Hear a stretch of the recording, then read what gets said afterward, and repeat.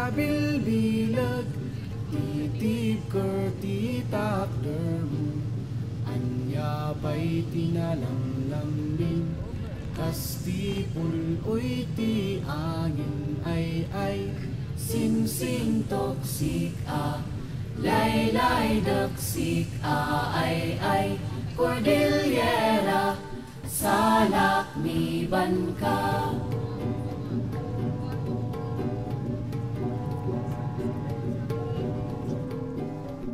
Alasaas iti karayan, anin iti tangatang, bilbilit makaay-ayo, karasakas ti alino ay, sin toksik lay daksik ay, Cordillera, salak mi banka.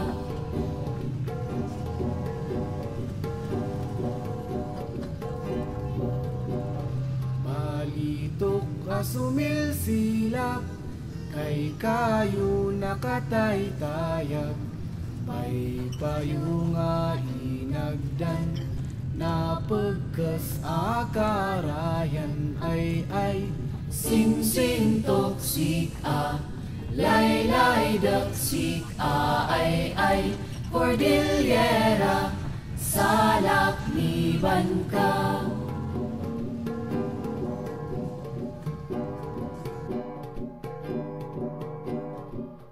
Sa dagiti anak mo, kaskipat amang bilbilay, kadagiti kabusor, mangsakmal kinabak ng mo ay, sin toksik lay daksik ay, Cordillera, salak mi banka.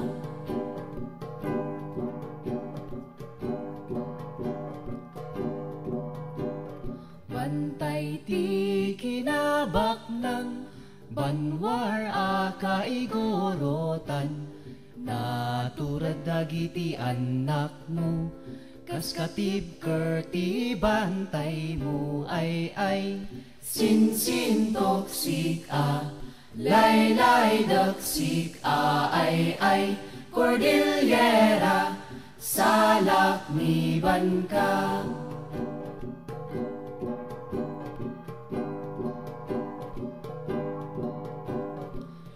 Dong ay sidong ilay, insinali dumaay, dong ay sidong ilay, insinali dumaay ay, sin toksik lay daksik ay, Cordillera, salak mi banka.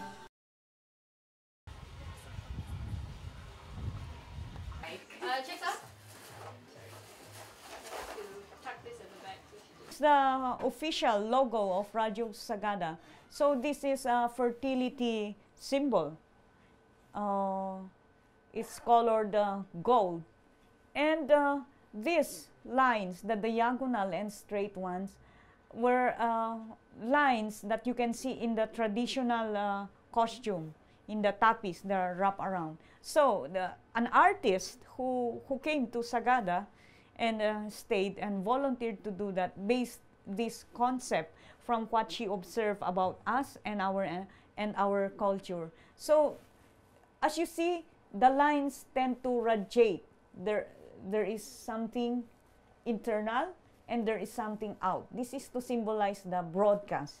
It's we are projecting, and this one is about the community.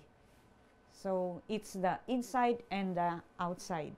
Radyo Sagada is a radio to serve as a forum and entertainment for the various communities of Mountain Province, and also especially Sagada. So one of the forum is about developmental concerns and programs. So here we have the school on air, and we just finished the school on air on sugarcane. It's about enhancing the production of sugarcane, especially muscovado, the non-refined sugar, which to some it's a healthier choice for than the refined sugar. So here there are farmers who are enrolled on the air, and they take 3 times a week classes on the air. Radyo Sagada provides the channel for this.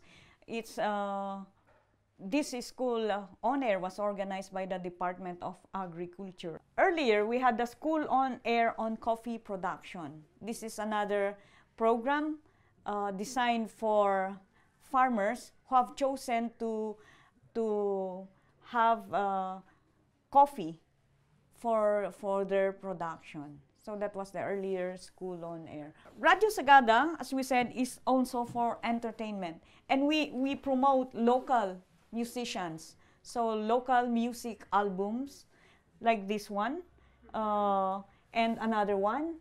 So through this, we develop our own most requested song. We don't follow the top 40s of the US or the top 40s of Manila. We have our own top songs as requested by members of the community, and usually they choose the locally made songs. Some would volunteer to bring their album here. At times also we go out and collect their music albums. And so we were able to develop our own music library. Oh yes, and they collect, they download also. Oh, okay. And also some of our neighbors, they would also contribute what they have. And also from the listeners, they would request some, and then if we don't have, then we'll go out and look for that song. It's an album called Kutungtung di Gitara. So it's a music album that with the rendition of the guitar, and then most songs here, the lyrics are made by the singer, but some of the songs some of the melody are adapted from Western country folk songs. And so we have here a poster of promoting our rights as indigenous peoples, our right to land, our right to culture, our right to the environment. And also part of that, of our information is about the environment, as I have said. And so we also promote activities like the first Cordillera Pine Tree Festival. This one promotes the benefits, the cultural, the economic benefits that we get from pine tree, which is the most popular tree in Mountain Province as well as in most parts of the Cordillera region.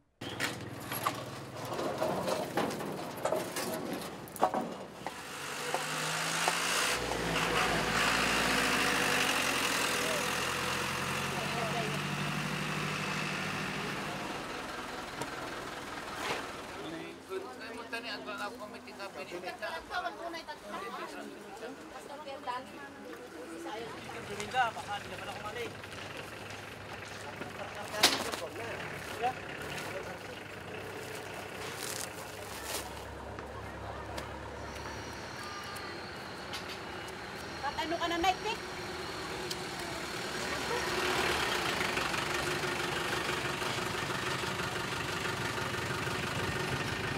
Di magbabago.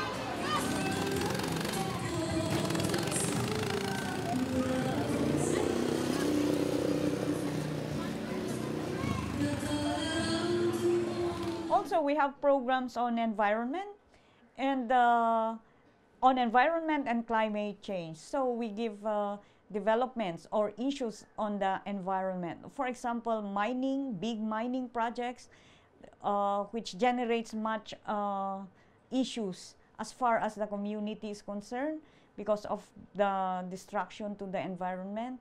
Also, part of our environment program is about solid waste management, especially for Sagada as a tourist center.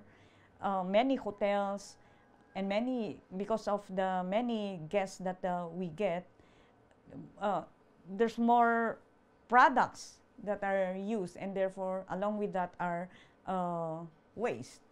And we are, as the years go by, there's more waste. So waste management is one concern.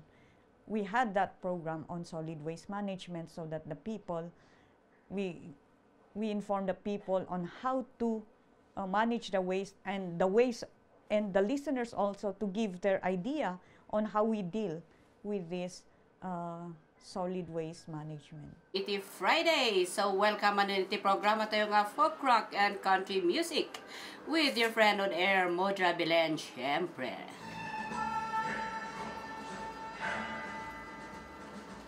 So, kanayo kayo nga ag-tune in dito radyo yo. Tag-enjoy kayo nga agdungag kadag iti music iti folk rock and country nga apang ko ipaay kada kayo kat iti daytoy nga oras playlist dagiti maipakan kanta. So just keep tuning in and enjoy listening to our folk rock and country music.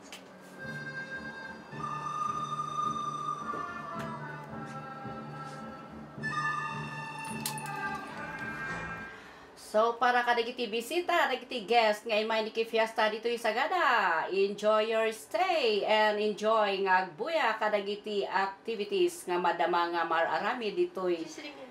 Ayan tayo nga Sagada.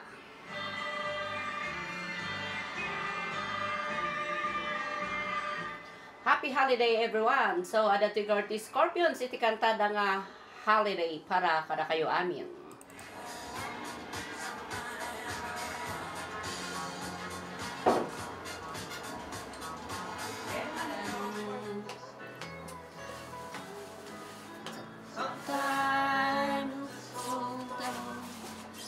Like a long lost friend.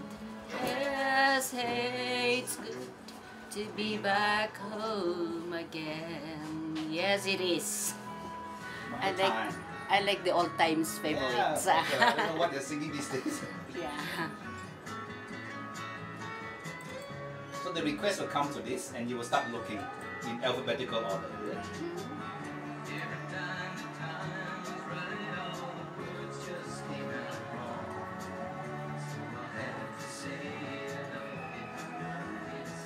Sing, manang sing the song. I think it.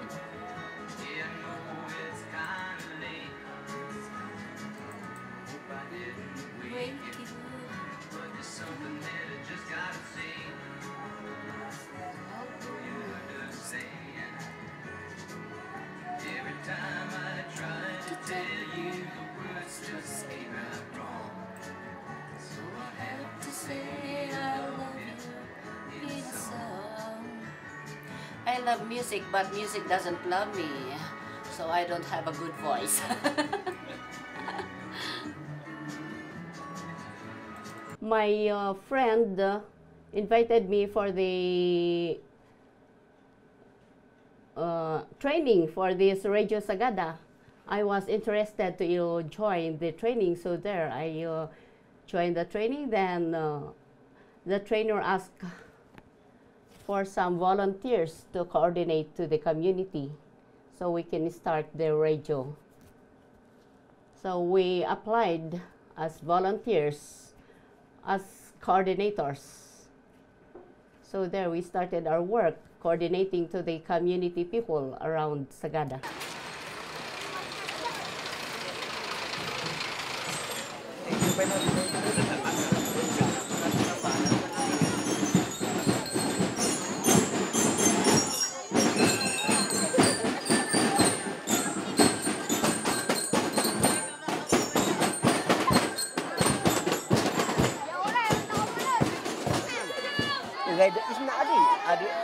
Tidak nyispi sih Pak, ya no sini Pak.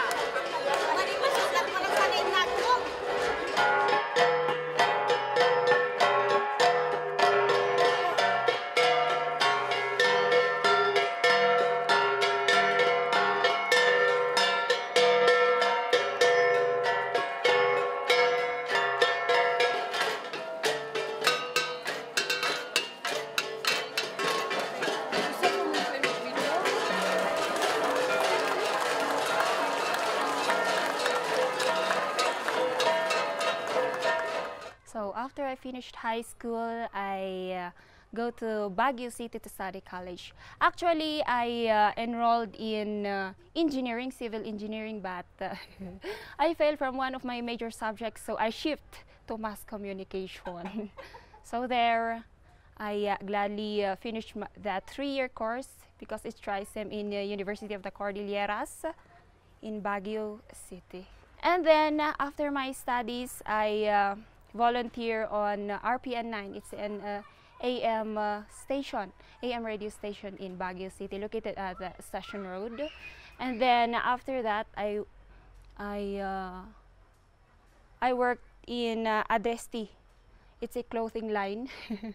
Then 1 year there, and then I came back here, and then I worked here at the radio. I volunteer first, actually. Oh, my favorite thing here in Radio Sagada, actually everything, because as a community radio, it varies from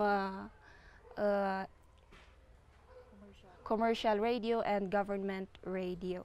And I love the people here because the way they feedback, we learned also from them. So there's always a room for improvement, so we appreciate their comments. Oh, my working here in Radio Sagada, it's great, but sometimes it's a little bit, you know, because of the hard work, we feel sometimes, yes, stress. Susan, what are you doing this morning? This morning I am DJing, of course, and then I'm going to prepare my news, but there is no internet for my international and national news. Still waiting. We can't tell if America has started legalizing marijuana across the state. When you need friends to rely on your voice. Oh, Iboy Festival. You shoulder to cry on the air.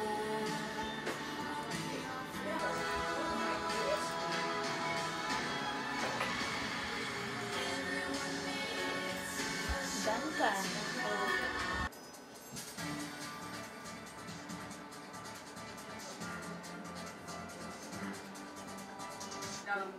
Radyo Sagada.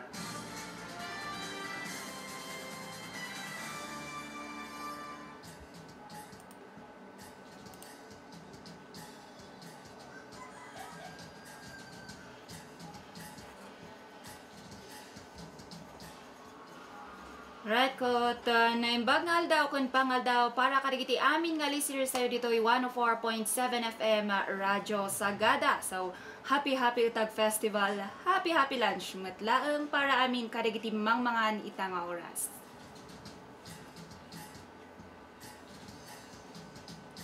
Siya nga rin manin ni Simpay Mangidanon iti damdamag ita nga aldawa. Dahito nga rin ti Midday News. We give voice to the voiceless. Radio Sagada gives voice from the far-flung areas.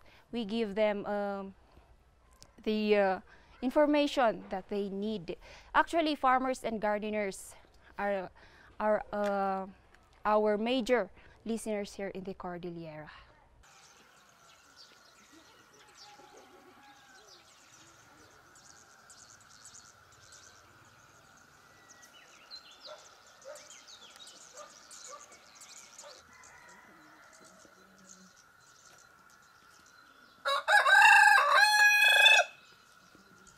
Iti damdamag, iti regular nga thrice a day, mamintalo nga news program tayo, kanda duma-duma pa nga programa. Ita nga taon nga 2014, kaya tayo nga ipakamo, kada iti listeners tayo nga damat ti sumagmamano nga baro nga programa nga iparugbat tayo.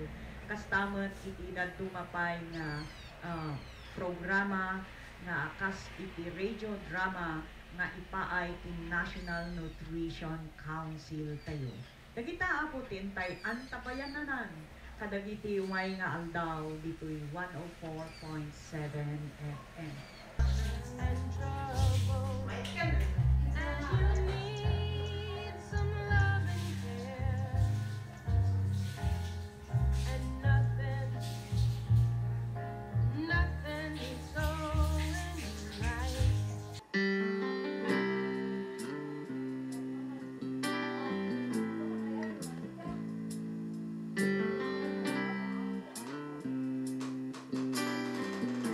Nga regional news idanon kada tayo iti Northeast on Air, Northern Dispatch on Air Weekly.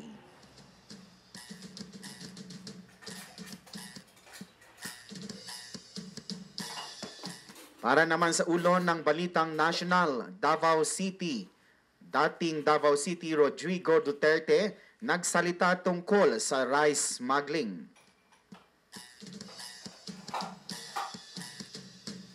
At Hong Kong, hindi sasakyan ng palasyo sa visa issue. I am Bernard Maculay, a graduate of Bachelor of Arts in Political Science, and I am one of the staff of Radyo Sagada. I DJ also a lot of music programs like Love is on the Air, Request and Dedication, and of course public service announcements.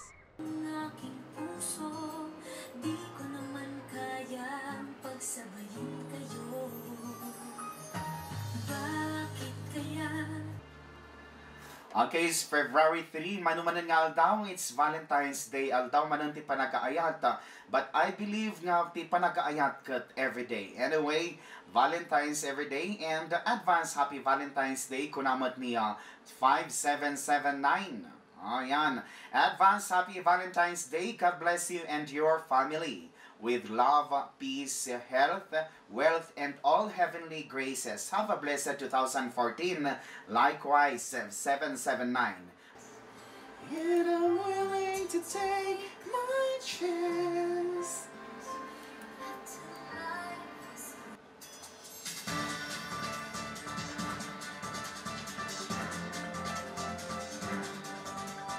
Damdamag Radyo Sagada.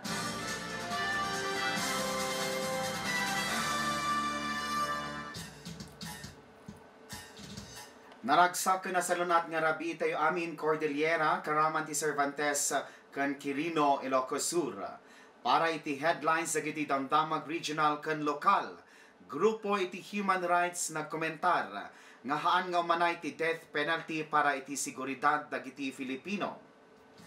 I am the organizer of Miss Sagada, and actually, it is very different from other beauty pageants. It is simple because we don't have money, because we don't have quality music. I mean quality light effects, quality sound system. So we do out of nothing.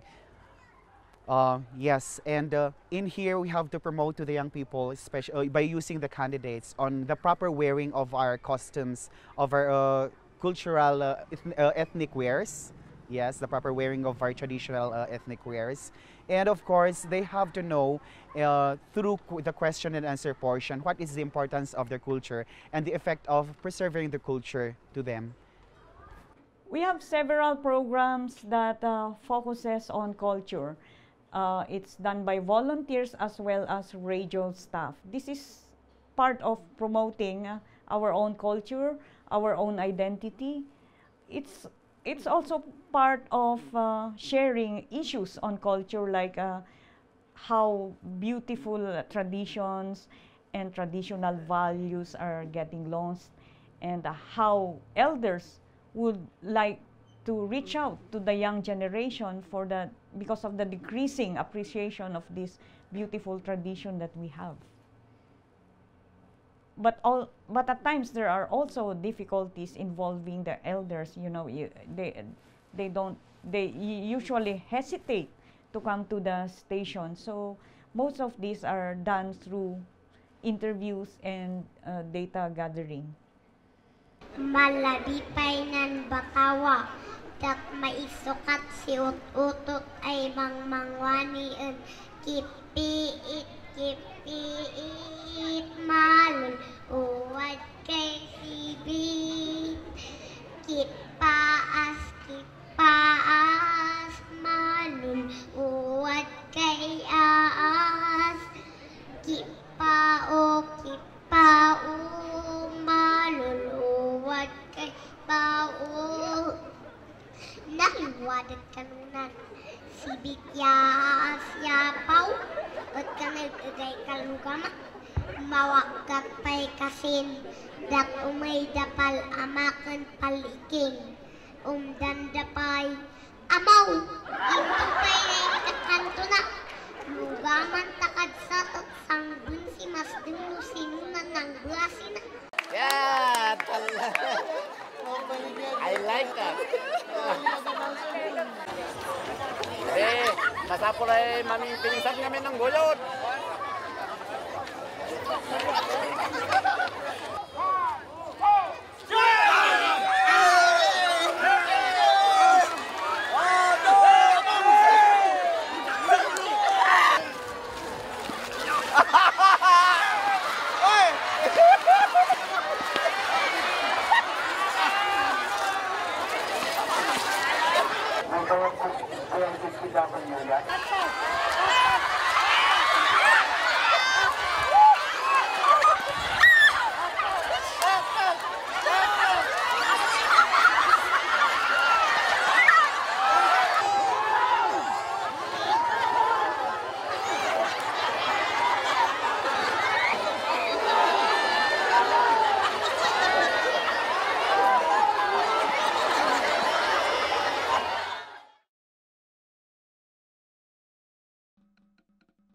Radyo Sagada